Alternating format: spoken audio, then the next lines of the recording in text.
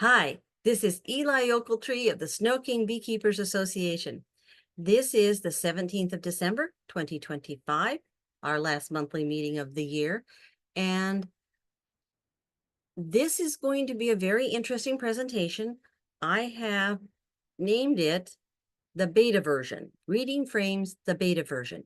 Reading frames has become really popular as a term out there in internet land, and a lot of master beekeepers, well-known people are doing it. And I thought we should do it too. We should all do it. But it is a beta version. And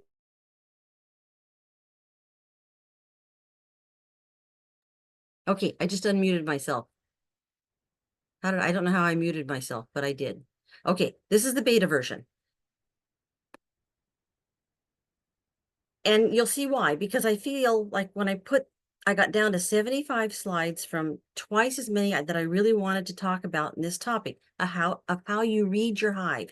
You read it like a book, and the frames are the pages, and you've got the covers, the outside. You decide whether or not you really want to go in and really read the whole book by the cover. Okay, it is a good metaphor, but it's a little like where I am in this presentation is more like writing the novel, writing the book.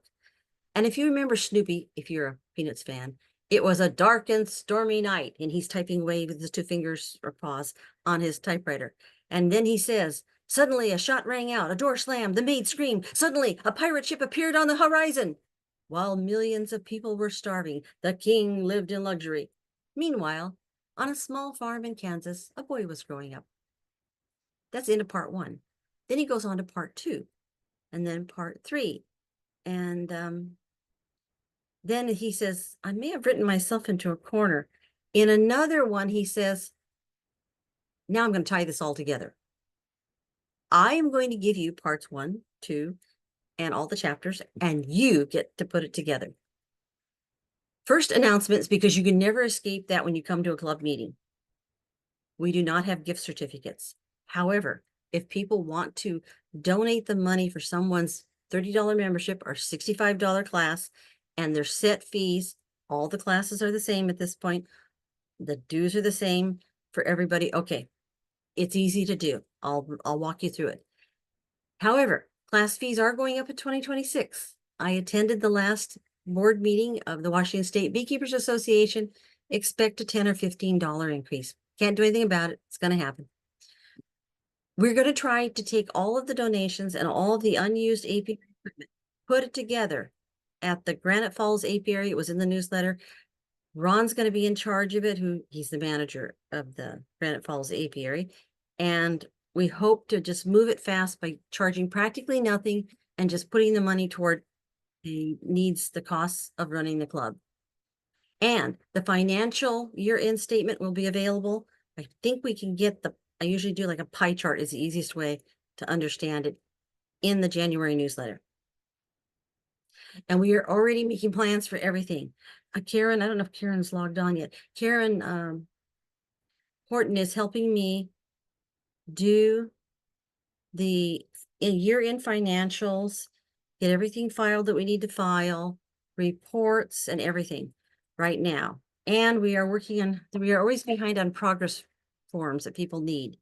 You need your progress form now, just tell me, we'll get it. We'd still like to look at next year being at the Woodinville Lavender Farm on Saturdays and Sundays. We'll need volunteers for that. Oh, I skipped Monroe Fair. Monroe Fair is almost a week later, so everybody plan for that. I think people are going to be back in school. Labor Day isn't until the 7th, and that's when the fair closes. Lots of stuff is kind of turning upside down next year. The WASBA conference is going to move from the west side of the mountains back to the east side, where they used to always have it. Oh, about 5 years ago. It was a big thing when they finally moved it to this side. And the last thing we were discussing right before we started the recording, I really believe, okay, this is an Eli opinion, and I warn you right away, okay? You only get to hold me responsible to the extent that you are invested. It's free advice and you didn't pay for it. But I really believe that the bees are going to starve if you simply say, I gave them a deep of honey, and that should be good. They're all flying. They're eating far more than they would. They are eating what they would normally eat at any other time of the year. They have to feed everybody. Everybody's moving. I'm not even sure they stopped raising brood. I've got the brood minders in. I've got to get out. I just got them in last week, get a reading, and I have a feeling that they are raising brood. And they do this some winters all the way through. Warm winters are the worst in a lot of ways. So watch your feed. Heft, check, lift the inner cover. I'll be happy to talk about it at the end of the presentation.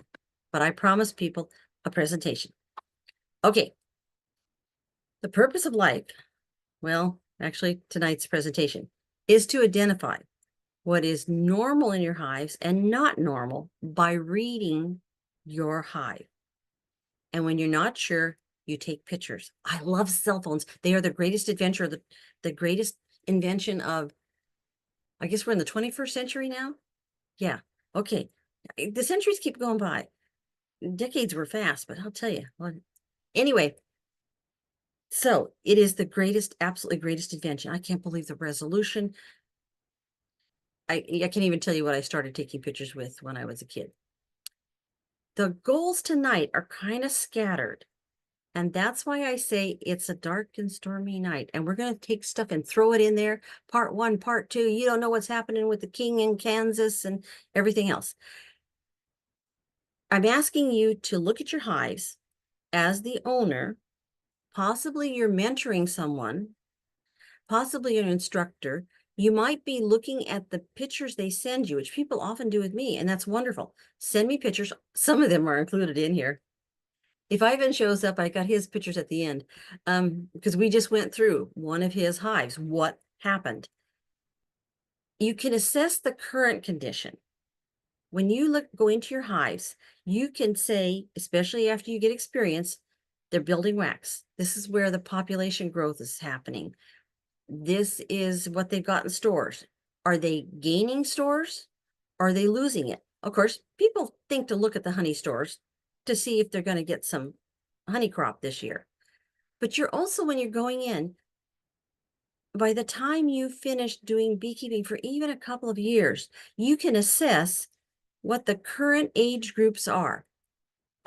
Is your population too many senior citizens going into winter? You want young, fat bees. They're like teenagers. And you want lots of them because they're going to live through the next 4, 5, we hope not 6 months. And that's important. Be able to assess, do you have the age groups you need? Being able to go into a colony and read the past history.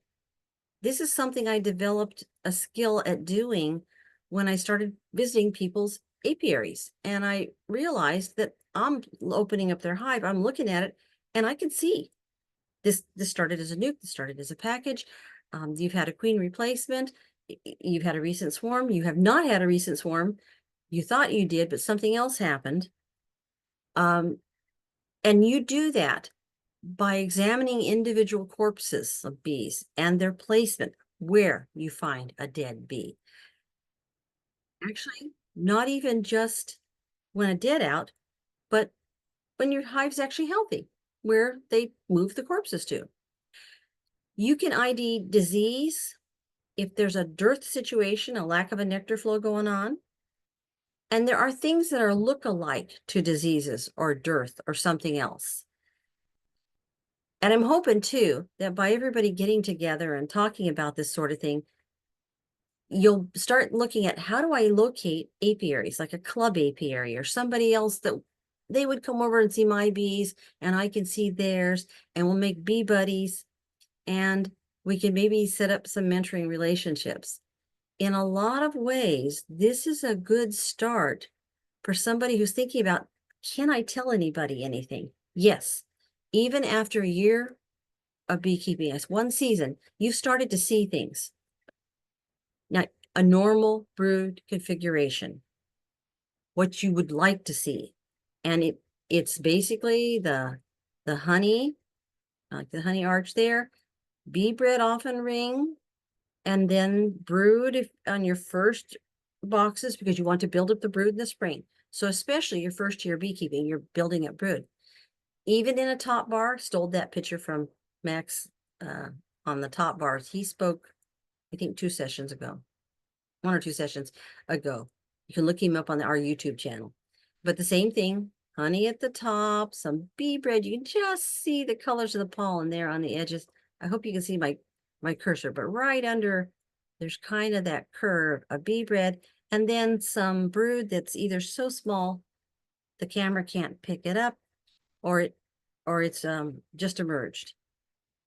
And there's, oh, we use 2 types of frames. This one, of course, is the standard Langstroth frame.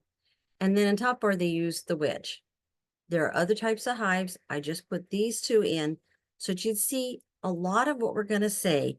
Honey, bee bread sort of arching over, and then brood nest is going to look the same on any of these. Even, yeah, and here's the inside of a top bar, just in case I'm losing anybody on what's a top bar. And it doesn't have fixed foundation in it, which is possible to do in the Langstroth hives too, but it's the way you do it in top bars. Okay, when you go into your hive, you may not realize it, but if you've done even 1 season, you now know when somebody's holding a frame, oh, that's a brood frame. Oh, okay. How do you know Dave Ferguson, who lives down the street? I don't know if he still keeps bees. He got really busy with the sailing ship season at the same time as the beekeeping season. How do you know that that is a brood frame? Well, it's where the bees are clustered, and those nurse bees, especially early in the year, are driven. They're obsessed. It's compulsive to care for the brood. Brood pheromones scream, take care of me, feed me, warm me. I want you just to come over here. Don't you love me? Okay, it's like this a little older. It's not a baby, small baby. It's, to me, it's like toddler age, really demanding. Bees cannot not come. So look at that crowd of bees right on top, and you can see some capped brood through the bees. But even if you couldn't see capped brood, you would know that was a brood nest frame, right? Okay, here's one we kind of had to push some of the bees off, and the bees aren't as obsessive about being on top of capped brood because that needs to mainly be heated. It needs a little oxygen, carbon dioxide exchange. But there it is, and here we are again. Nice compact pattern. First year, I hope you are seeing compact pattern, and maybe some bee bread around here. It can be very small or almost non-existent, this bee bread ring, but this is very healthy looking brood. Nice number of nurse bees on that frame after we've kind of knocked some off. Here's your honey arch up in the corners. Okay, getting a good idea. And what you are doing is you are seeing a cross-sectional slice of the brood nest. You're only seeing a slice. And if you take it out of the center, it should look a lot like this. The cappings are important. Look at that, very even. There's a few ventilation, heating holes, water storage. Bees use those for a number of different things. So a few holes are okay. Again, this looks really good. And you need to know what good looks like. That's why we want you to get 2 hives your first year. Now, what kind of hive is this? What would the bees be just obsessed with? They've got to take care of those. They've got to take care of those little ones. This is a strong brood nest. Also, looking at this, there's a second thing you should see. Look at those bees hanging off it. Oh my goodness. Bees especially hang together in festoon when they're building wax. If you saw 1 frame out of a hive, you walked up and you picked up this frame, you'd say, strong brood nest. Whoa, good age group, a large age group in that nurse bee, large group, large percentage of the population in that wax building age, 12 to 17 days post-emergence. You know all kinds of things by just 1 picture. Often you can't diagnose anything with that, but it's a start. The other thing, this is the best picture I could find. I'm going to show you a spiral pattern, and comb does not have an E on it, but a step down brood pattern. I didn't know the word for this until recently, but this is actually drone comb. Okay, don't get confused. Yes, I know those are bullets of drones, but it still is a brood frame. It's actually a green drone trapping drone brood frame. Okay, trying to trap varroa mites under the caps. But what I wanted you to see was here it's capped, not perfectly, but it's capped. And then you have fat white larvae, and then you go down and you have smaller white larvae, and then you get down to clear, and then if you go far enough out, you have eggs. On your brood nest that the queen lays in the spiral pattern, where do you look for eggs? Saves a lot of time. And in your first season, I bet you figured it out. You follow the steps. Okay, my eyes can see these, my eyes can see these, go get the reading glasses or bright light, then I can see all the way down to an egg. But no point, and there are occasionally eggs scattered in here, but how much time do you have to look for eggs just anywhere? You look in the two most likely places. On the edges of the queen where she was laying, again, she laid in the spiral. These aren't capped. These are obviously older. These are at least 9 days old, the ones that are capped, because it's been 9 days since they were an egg. Oh, now here's a frame that you look at. It is droned, and it lacks a step down pattern. But let me tell you, these larvae are so healthy. There's one big problem with this frame. And sometimes a beginner goes, well, they're all healthy. I mean, there's a nice fat white glistening. Not every cell is full. They're all different ages, but it's in a brood nest pattern, right? So what's not to like? Well, number one, it's all drone. And it's in what was worker foundation. It was worker sized. This should not be drone. And the reason it's all different ages is because when the workers go in and they're stuck with drone eggs, they start to take them out and then they give up taking them out because this queen is laying only drone eggs.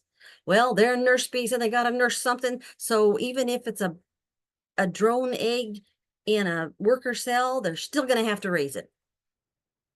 Those brood pheromones are kicking in and their nurse bee pheromone hormones are kicking in and they got to take care of it. So that's what they do. You'll see a little bit of the step down pattern as you go to the edge. But what's happening here is the worker bees say, I can only raise this one and I can make this cell a little bigger, but I have to take some of the other eggs around it out. And that's what they end up doing. It's all healthy brood. It's just a queen that can only lay drones. This is far more common than a laying worker pattern. And I have met so many people who aren't aware of ever having seen this. They label it laying worker, and the problem with laying it laying worker is if they go to put a queen in here, it's a disaster. There is a queen, a fully mature pheromone producing queen, and she will kill off any other queen you put in there. Very important to be able to recognize that. Now, the biggest reason you see, hopefully you don't see that, but that's all too common in this area. And I can go into why. There's some reasons why in Western Washington, especially for beginning beekeepers, it's going to be very common. 1 in 20 maybe, that's all too common, that are going to end up with a drone laying queen. But the most common reason, and throughout the time that you are a beekeeper, the most common reason why you've got a queen, look at that queen there, and she's laying, but you're getting different ages of brood together. It's all messed up. There's all different ages. This is not the way the queen laid. She laid in a spiral pattern, and this one is a little messed up. Yeah, this one actually is. What is happening is a colony is fighting brood disease, and it's taking the sick larvae out. Then the queen comes back, and she lays. And so they took the first dead one out, so she laid again. There's a nice fat white larvae in there. And then there's tiny, it's not a really great picture, but that's what's happened is the queen is coming back and she's laying again. That's her job. If there is a clean brood cell, she needs to lay if it's in the brood nest. Well, and you can end up with this pattern persisting throughout the entire year. Beginners often don't realize this is my first year beekeeping. I didn't know. I just knew I had brood, and yeah, it wasn't all the same age. And then later on, the bees were back filling with nectar and pollen the way they do late in the season. I still didn't catch on. I had no one to talk to. It was before the internet went totally crazy with all kinds of videos and everything. I still don't know if I would have figured it out. I should have been seeing this. I was seeing this, and I didn't know why. This is called a shotgun pattern. If it's really sparse and this is all worker brood, it might look a little odd, but that is worker brood. I could tell that my first year. I could tell worker from drone. If it was more scattered like popcorn all over, then it would be a laying worker pattern. But this was just worker brood that throughout the entire season, it never got compact. It didn't get, and it doesn't get better. Generally, if you have this problem, you need to take action. It will not self-resolve. Well, it's usually due to brood disease. And we treat all brood diseases proactively or promptly. It's difficult to get the antibiotic. That's a whole nother story. So to proactively avoid ending up with brood disease, we provide good nutrition, syrup and pollen subpatties. In spring, we avoid early splits. The internet is full of people splitting in February. You will trigger problems. You will trigger stresses. And you're trying to reduce all stresses as much as possible. Requeening annually actually is very important. A new young queen every year or two is really a big protection against the what happens, because this is like, it's worse than dominoes. It's more like a chain reaction. What happens and how our colonies can't fight off the brood disease. We have to recognize that it's very common in Western Washington. And if you get stuck with this mess, call. I'll try to walk you through it. Remove and sanitize the worst brood frames. If we caught it in time, there's some hope. People warn you about AFB. I have never seen American foul brood, and I have visited a lot of people's apiaries and hives. I don't think you will see a true case of it, but it will look like a bunch of brood was removed. And then what's left will look really dead inside under the cappings. Not all of it. It takes a while for a hive to die. And the solution is to burn it. But I have never seen it. I only know one or two people that I would trust who say they've seen it. It can come in because we are bringing in nukes and packages from places where it's, I guess you would say, endemic. What we really see is European foul brood, but we don't see what the books show us. The books show us this. This isn't what we see, because our worker bees work their little tails off, their little stingers off. I don't know. They work so hard at getting all of the yuckies out of the hive and taking out any sick larvae as fast as they can. If you have a hive that's about dead, I call them walking dead because they're dead. We can't save them without serious antibiotics, and I don't even know if that's worth it. So hobbyists will often see the milder infections that look like shotgun, the pattern I showed before. If the beekeepers have followed the KISS principle, keep it simple, students. You just need to house, feed, treat for varroa mites, and don't do anything too creative. This is probably the most common spring and early summer disease you'll ever see that produces the shotgun pattern. Late in the season, it's the overwhelming mite population, and this will create a slightly different pattern. One of the things that's really different about it, if it's mites late in the season and not European foul brood, partly it's somewhat seasonality. Untreated, European foul brood gets worse and worse. But this crazy pattern where you have nectar, pollen, and brood, all ages, side by side, and the brood is dying for lack of care, that is very much a collapsing hive, probably collapsing due to overwhelming mites. And there are still people who can't believe that if they can't see them, the mites are there. Now, in the above picture, there's some deformed wing, and I think in this picture, another one, I left one of those red mites on top. But if you see a lot of deformed wing and red mites on top, you're probably going to be seeing something like these brood patterns. And it's really late. I stole this from study at Oregon State University, which is a great source of bee information. And here's some more. And this kind of brings up uncapped brood or bald brood. There was something on the internet about that meant that that something was happening. I forget what it was. And I said, no, a single symptom usually doesn't tell you anything. If you look at the sum total of what's going on here, look at this brood. Those bees have given up taking care of the brood. They've basically walked off the job. I didn't have to brush them off. This was from a collapsing hive. It was the mites had totally, every bee in there was probably had its insides sucked out by those varroa mites, and it couldn't do its job. One way you can see it after the dead out happens is you look, you hold it, this is the top bar here, and you hold the frame and you look at these white spots here that I've got little arrows pointing to. Well, the arrows got moved a little, I think, but these top white spots in a predictable place, brood cell after brood cell after brood cell, once the hive fails. If the hive is still in struggling point, there's still some bees there, a lot of times they'll try to clean out those white spots. Those white spots are the feces of the varroa mites. Make sure you're seeing them, you really are seeing them in that distinctive position that they are in. Just a second, sorry.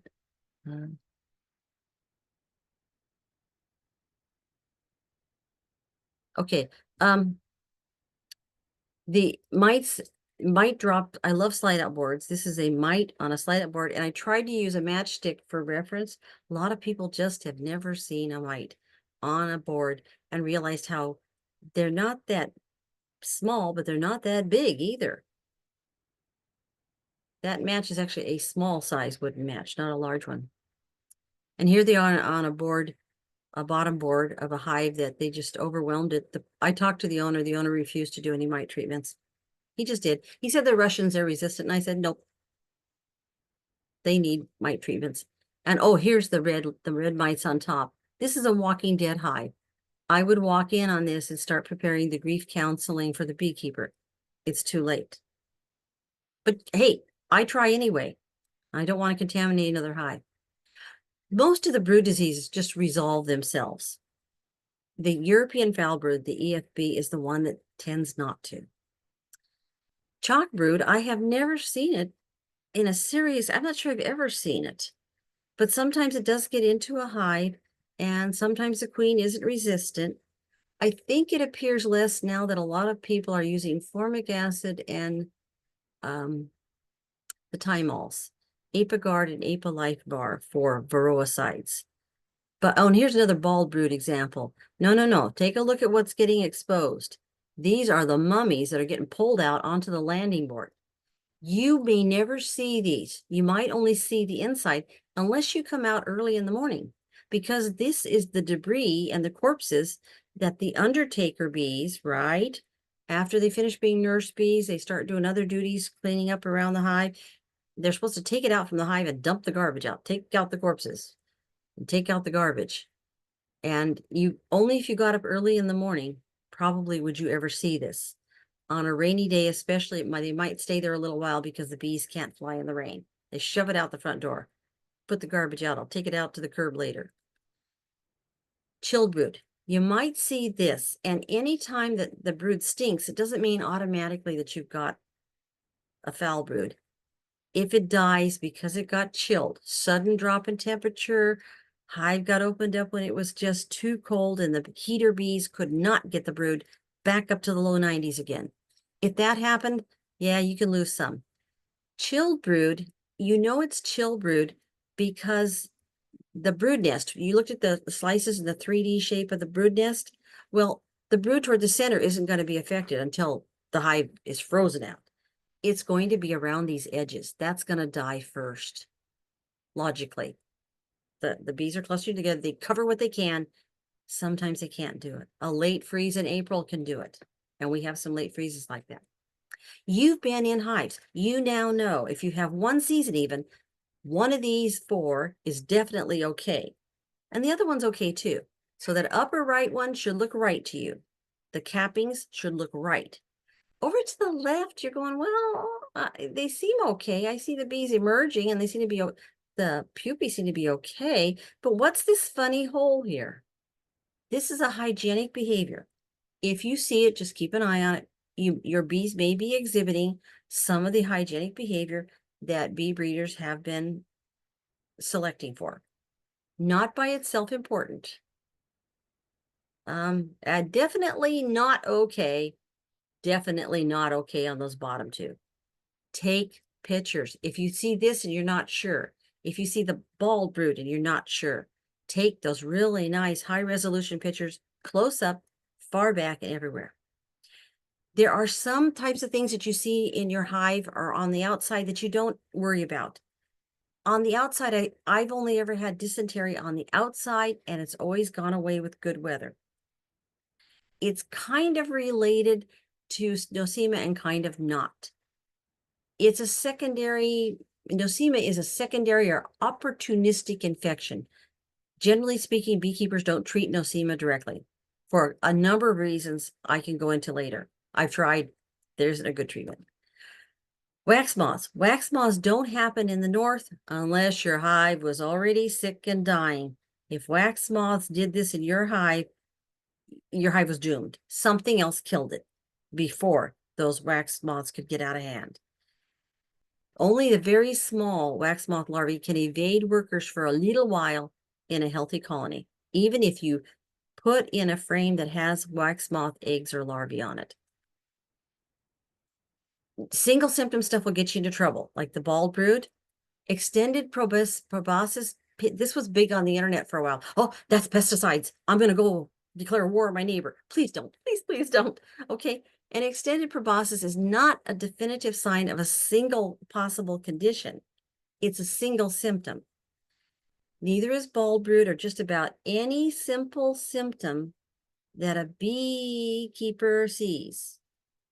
Two bees there. So in this case, this was actually the mite dead out. And it's just the total neglect. This little bee was trying to get out on its own.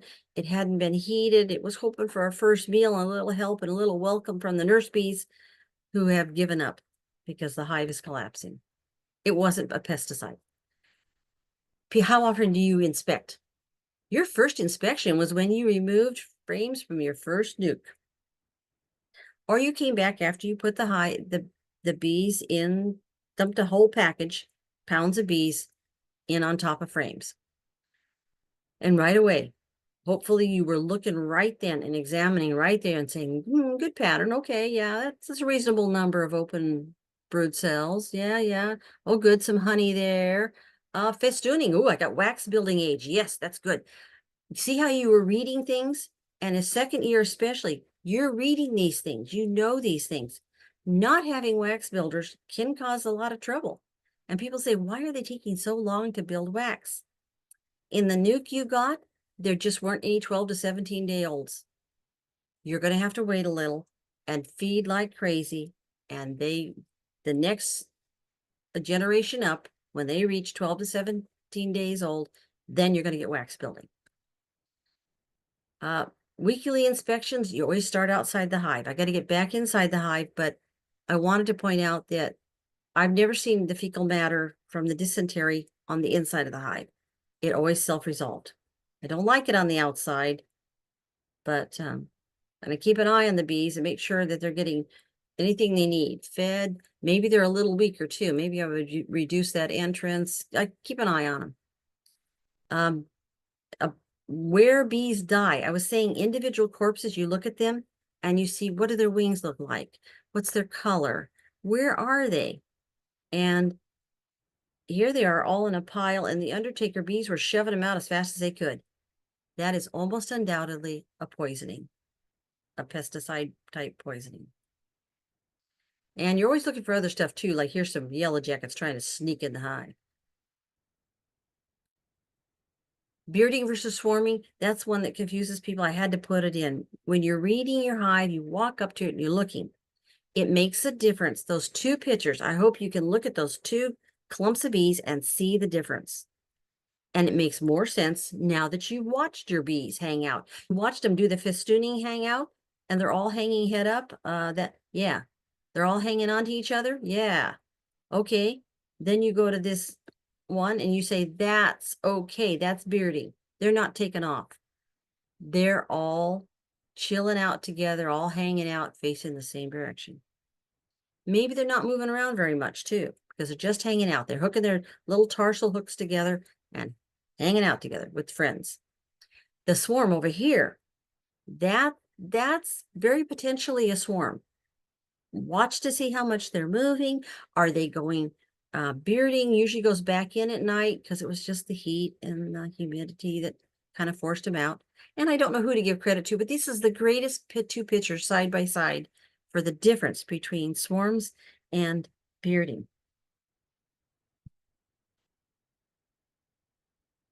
Okay, by now, after your first season, remember the rule? I call it the 2/3 rule, but the book, the manuals say 3/4.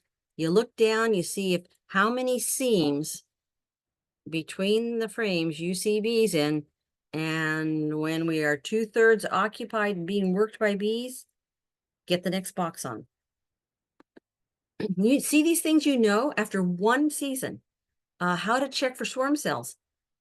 They often are toward the bottom of the brood boxes. I use Western, so I have 3 Western usually for brood box. And I'm going to lift it up. And if I have a flashlight, I have really good knees. If you don't have good knees, you may want a flashlight and be like, you may have to pick these up a little farther.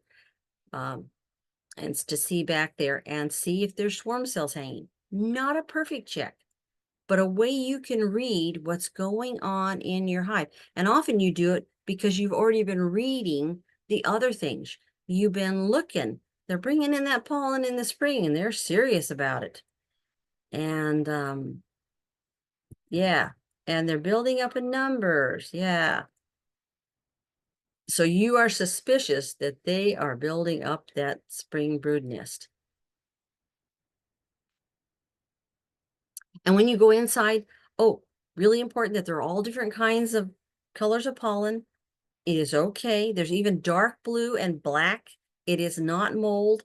It's normal to think that it's mold and something went wrong. Nope. That's why we like to send out pollen charts whenever we can. And if somehow I haven't sent out a pollen chart, and I think I may have frozen up again. Can everyone hear me? Okay, I'll keep going then. I'm doing this freeze up sometimes. The diversity is a good sign, a really good sign. And yes, there is absolutely indigo blue, black, and a lot of gray pollen. Blackberry is gray. In matter of fact, a lot of people never see the pollen baskets on their hives because of that. We only have a pollen shortage in Western Washington if rain keeps the bees from flying. Really, seriously, think about it. You always see pollen coming in. They prefer nectar, but you will always see pollen as long as the bees can fly. That's sort of a generic slide there that I use in beginner. Oh, you're looking for the queen. The honey barrier might keep her down. Maybe this and the honey super on top of it will mean that she's probably staying down. In this case, there she is. Isn't that nice of her to stay down? And so I can illustrate this.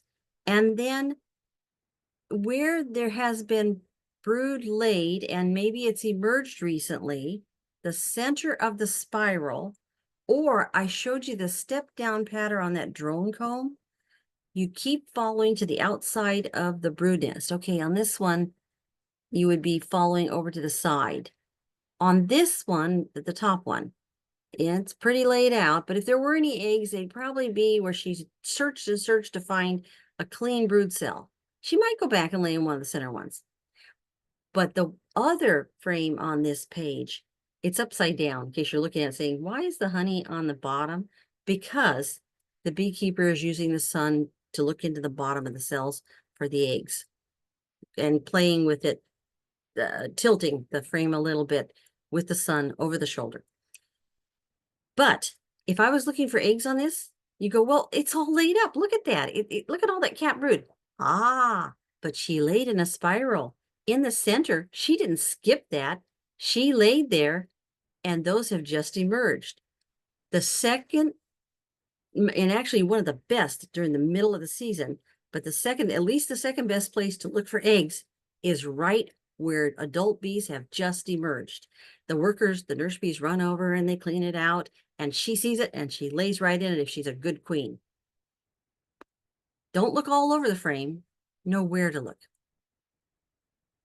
Then queen cells. You've quite possibly, a lot of you have probably learned a lot about queen cells already. Often you end up with supersedure cells. You are going to see a high percentage of supersedure cells in nukes and packages after you've installed them. There's a 25% chance that your bees will decide to replace that queen. Maybe you'll be really lucky, but basically that's what they say is they see about 1 in 4. The bees put up with her, let her lay an egg, and then they say, okay, now we're just gonna, and they just take a worker egg, and it's kind of a funny shaped cell. And because they didn't do it at the bottom, it's like a beautiful swarm cell in the lower right. Look at that. That's a work of art. Or even over on the left.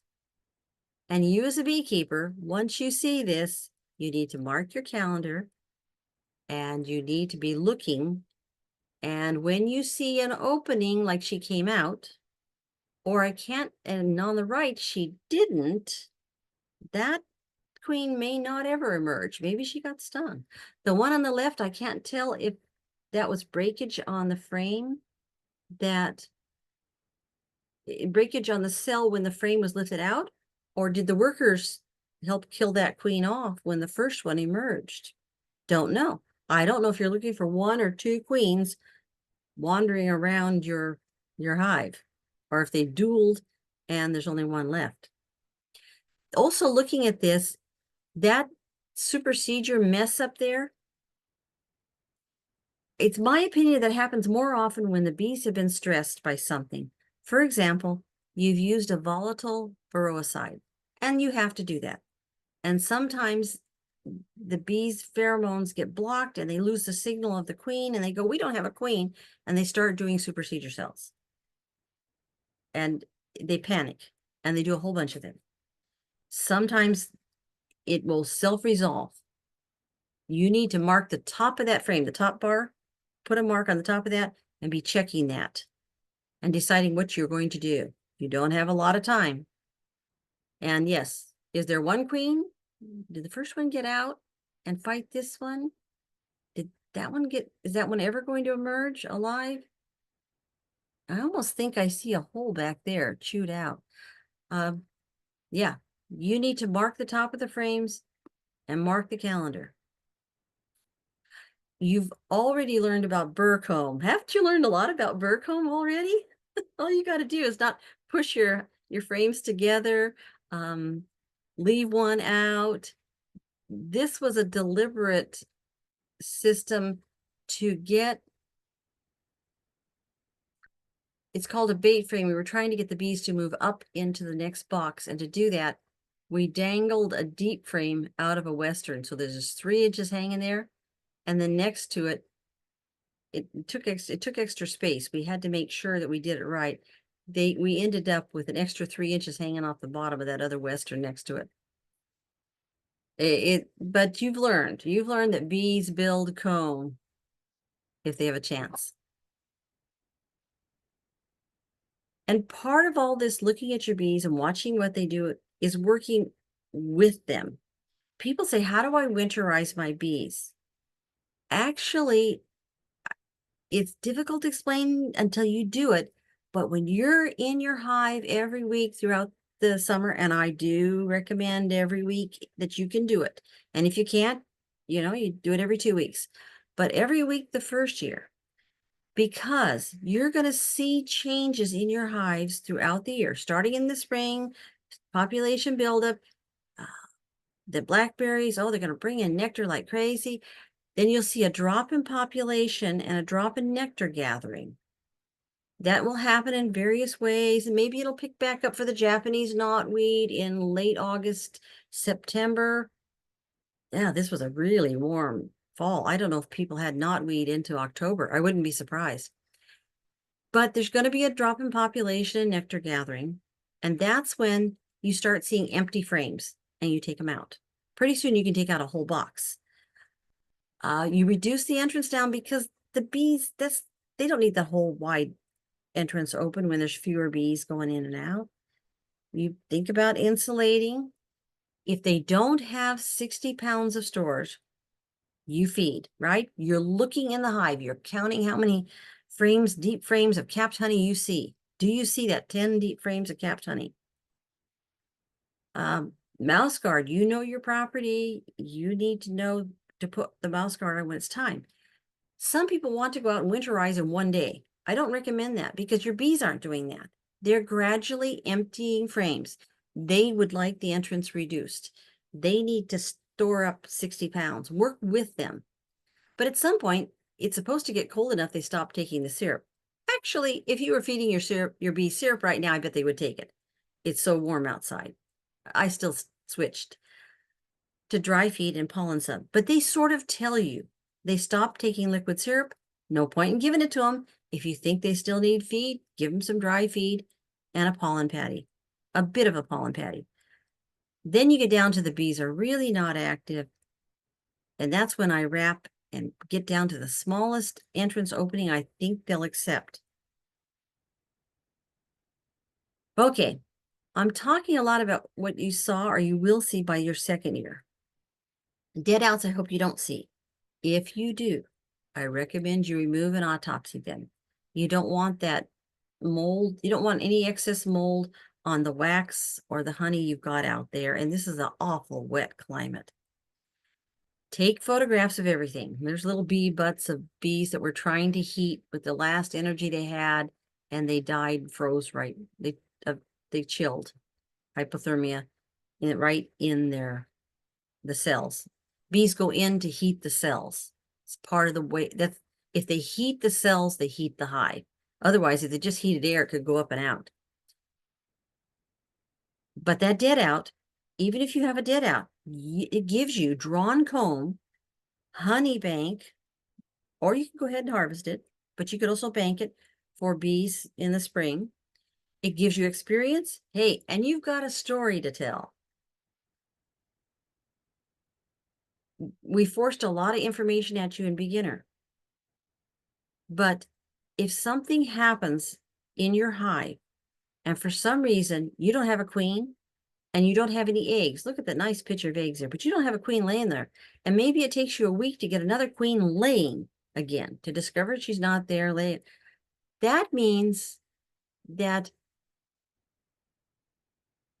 see if I can say it right, 14 to 21 days from now, those bees aren't emerging as adults. Down the line, that means those bees aren't becoming wax builders at the time you would have expected. That means those bees after wax building aren't becoming the foragers. You are going to have a gap. And a lot of times we tell you, try to get your wax built early in the year. And that's why I obsess a little bit about wax, because it's a hard concept for people that if you don't get the wax early, you may not have enough 12 to 17 day past emergence adult bees to give you the wax that you want later in the year. And you need the wax to store the winter supplies, not just to put the brood in, but also because they need about 2 deeps of drawn comb to overwinter. Okay, let's get back to some good pictures. I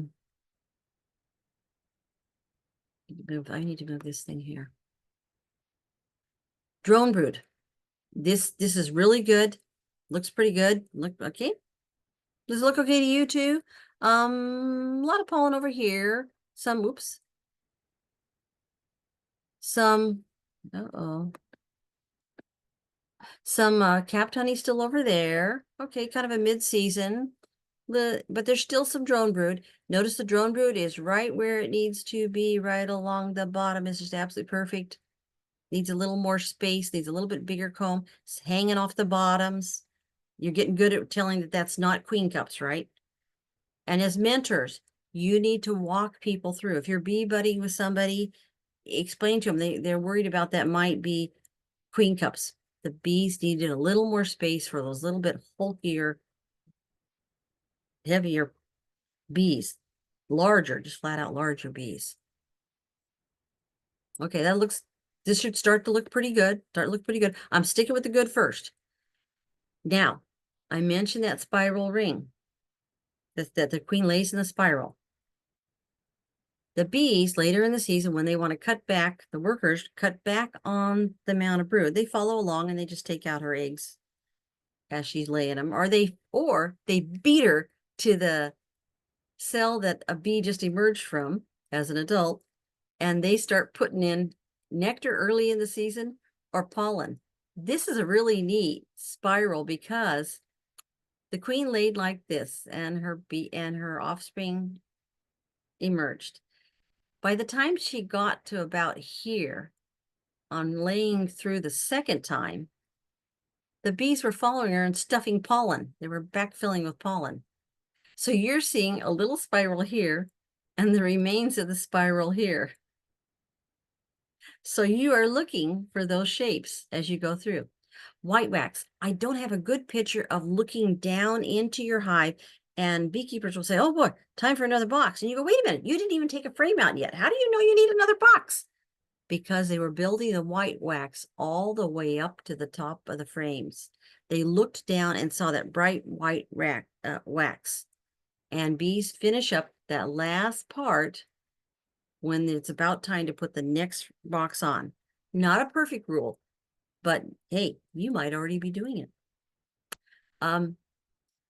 When a hive collapses, this was the upper right pictures from a collapsed hive. How do I know that they were going great and lost their queen? There were a number of hints. I think this is Ivan's.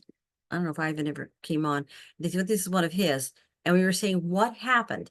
He lost the queen. How do I know that they were going great? It must have been something sudden like losing the queen. Because look at all the white wax. He had 12 to 17-day bees. He had a bunch of them. They were drawing out wax like crazy. And here's the ghost pattern of the darker brood comb, the cells that were used for brood. I'll show that again later and how you can tell. Something happened. They had a great brood nest. Bam, it was gone. If a queen gets replaced and her replacement goes out and fails to return from the mating flight, there may be no eggs left. And this is a danger for all colonies. If that queen does not return and return mated, they're out of luck. They don't have eggs. You as the beekeeper have to be there to put in a frame of eggs and very young larvae in there for them so they can raise a queen. If you fail to see it, you can lose the entire hive. And it can happen pretty fast. I did put dry and wet wax cappings. We don't know why the bees do that, and you will see it on the same frame sometimes. You might see it on one of the frames in here. Oh, and white wax, just that it's wax when it comes out of the worker bees' abdominal glands, their wax glands, it is white. Shotgun pattern again. Different, this one's perfect. This one, they're starting to replace brood with a lot of pollen, it looks like. And I don't know about that pattern there. I'm not sure. I can't see the rest of the frame. But you should start being able to see this and go, okay, these are swarm cells. And while you're making the split, is everything okay up here? Look at that brood pattern. A little suspect, huh? A little sus. You might want to think, but keep an eye on which queen doesn't seem to have a problem.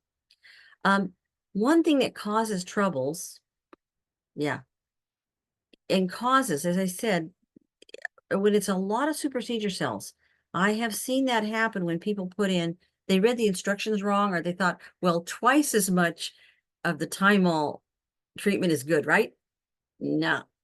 And they blocked the pheromones apparently. And so I threw in, workers have all kinds of glands through which they're emitting their chemical communications to each other, and they pass them. Also, here's trophallaxis. They're passing them by trophallaxis and by touch.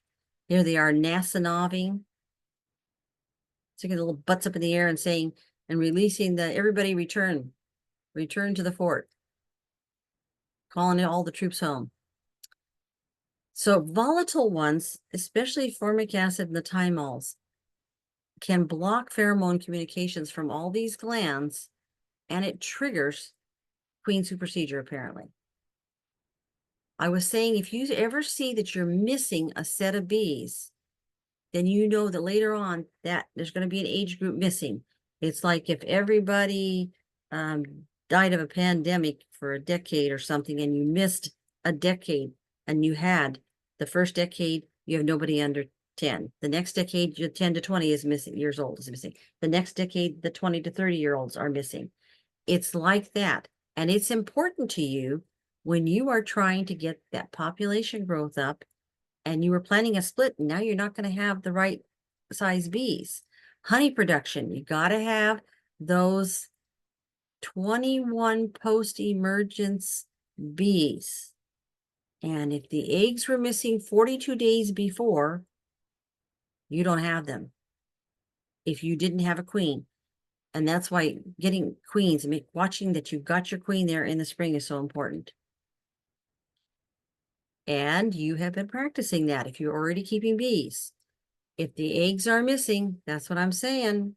42 days from now, you may not have foragers that you need. If something goes wrong with the pupae, you may not have a pesticide poisoning or something that affects them, some disease that affects them. You would not have those emerging bees when later on would be 21 days post-emergence, the foragers and such. So you are always in your head as a beekeeper actually doing the, okay, a shot rang out in the dark, and the little girl in Kansas was selling matches on the street corner, and the maid screamed and whatever. So anyway, you're trying to take all this. This is why beekeeping is a craft, a skill, and not really a science. Oh, I put my bearding pictures here. I'm sorry. This is actually, I wanted to put in one more emphasis. These bees are oriented. They're creating airflow channels at the entrance of the hive. These are hanging out. I'm not sure. It's an unconventional opening. It's actually a very small opening. It turned out they just didn't have enough ventilation inside the hive. They were hanging out to reduce the heat and humidity inside the hive. This was a long hive and a very peculiar configuration. This one's more clear cut, this right-hand picture. Oh, and when all else fails, the bees will do something to surprise you. I couldn't resist putting this in. The woman called me at this point. The bees had already died out. She called me at the end of the season. Had she called me earlier, this would have been a really fun bee rescue, wouldn't it? Wow, Tony would have given. Tony, wouldn't you have loved to have gotten that? This actually happened, and she didn't know that they couldn't overwinter that way. You know? And I said, oh, and I recommended actually that she take it down because I was afraid the wasps would get in there. And if the bees did come in, and if she saw any flying as late as she called me, this was a couple of years ago, it was probably wasps, and she'd be attracting them right next to the entrance of her cabin. But she didn't know to call somebody.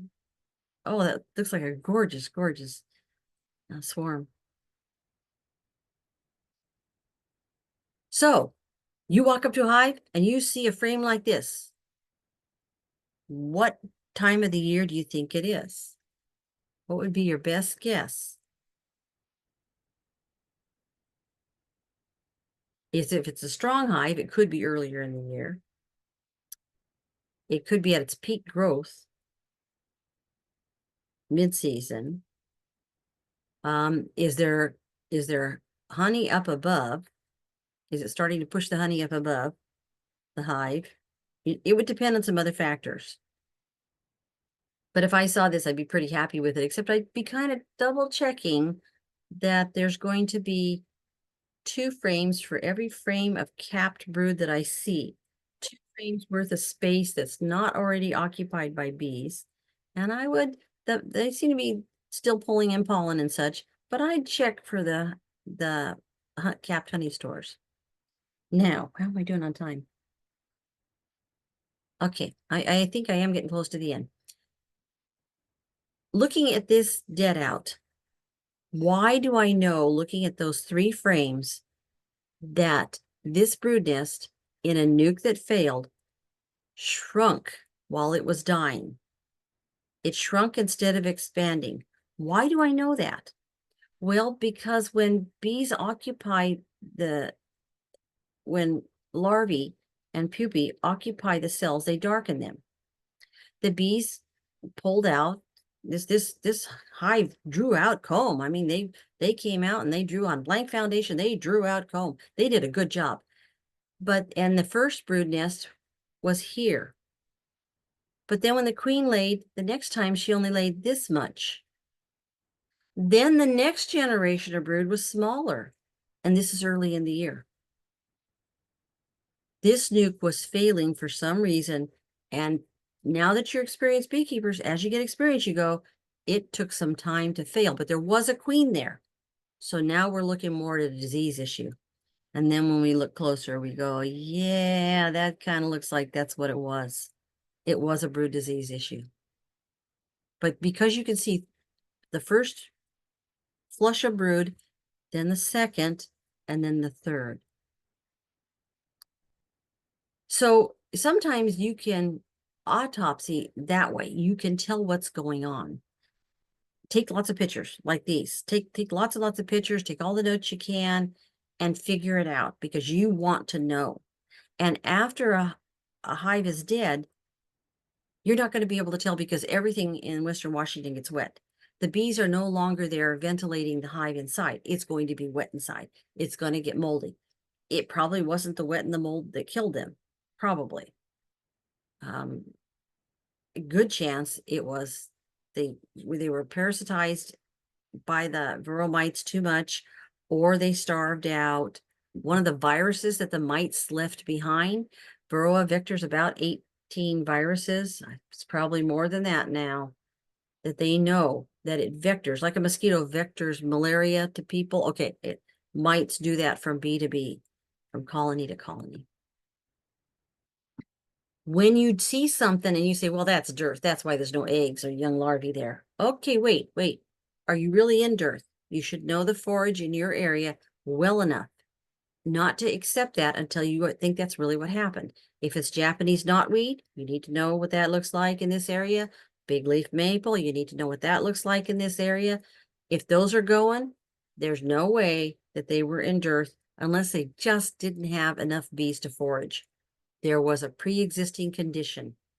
There was something else that would kill your hive if you don't help out. Maybe feeding will get them back up. Signs of dearth. Backfilling with pollen instead of nectar. We always have pollen in this area. In late July, August, not every hive, but some colonies go crazy stuffing in pollen. And they don't really need pollen. It's just that they have all these unemployed nectar foragers and generally unemployed bees, and they go out and forage the only thing they can. So watch what's going on. And when they're doing this, they will cut back on brood. If they cut back on brood too soon, you may not get your Japanese knotweed flow if it's late July, early August that they're doing it. If they cut back too soon in the fall, you may not get fat bees emerging right before the worst of the weather, which we couldn't time this year anyway. I promised I'd mention screen bottom boards because I really like screen bottom boards. For example, right now, you can go out and when it really freezes and the bees get really quiet, you can go out, pull out your bottom boards and say, yes, proof of life. And it may be a very small because they're in tight cluster. This is what you're actually supposed to be seeing at about this time of the year. It's supposed to be freezing. Your bees are supposed to be in tight cluster, and this is about the amount of debris you're supposed to be seeing. Instead, they're all too active. This one was a really interesting. We just went through this. I just went through this with someone. What happened to this hive? And I said, it lost its queen suddenly. It couldn't replace her. The hive failed because of that. There were a lot of bees. They kept collecting pollen and they did their best, but with no queen and no way to replace the queen, they were getting robbed out. Notice these frazzled, ripped apart caps on that comb and that close to the capped honey. The process wasn't finished, but that is robbing. When resident bees take honey out of capped honeycomb, they carefully excise the top.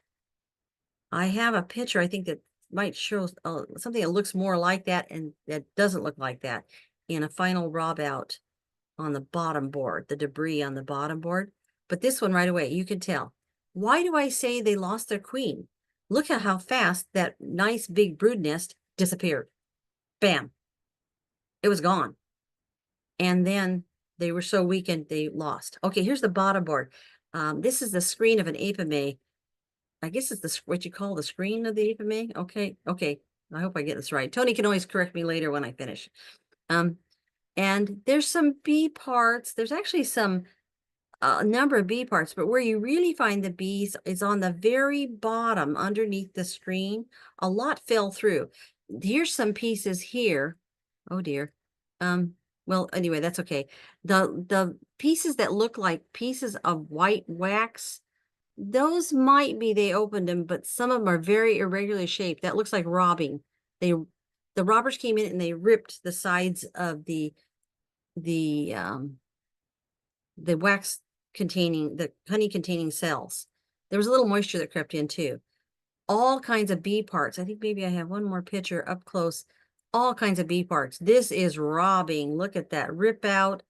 Everything ripped apart. Little flakes of wax ripped off. And the carnage. So you can read an autopsy. And I can go into more detail, but I don't want to lose people. I'm setting this out because you can do this too. Do a slideshow of what you've seen in your hives, and you can talk about, it's amazing how much you know, how much you've learned. I don't see, and then one thing you do is you always look to see, was there K-wing, deformed wing? I didn't go through all that, but you look at the individual corpses. But when they're ripped apart like this, no. The undertaker bees didn't even get a chance to take them out. They got lost in the slaughter. Okay, that was confusing, wasn't it? I think it was. I think if you go back and read, it was a dark and stormy night, and suddenly a shot rang out, a door slammed, the maid screamed. Okay, that's what I feel like I just threw at you. But on the other hand, give yourself credit for anything on there that you recognized or you are now going to go look for, because you did learn a lot. And beekeeping, it's a craft, it's a skill. And I can't always say absolutely it was this. I didn't include a pesticide kill. I've seen a couple of those now and have the photo documentation. They're different. And every time you go into the hive, you see something different. And and how you interpret that is part of the craft skill learning. It's part of why they call you an apprentice for quite a while. And then if they say, don't ever get the title master, because then people expect you to know stuff. I'm going to try to talk Tony into it, but okay, I think that's it. I will stop the recording there. I really do like that. I want to stop the recording on that picture. That was the beta version of reading your hive, like the frames are pages and the outside is a cover and the bottom board is, I don't know, the index or something. The appendix. How's that? The appendix. And I turn the recording off here. Thank you very much for being here.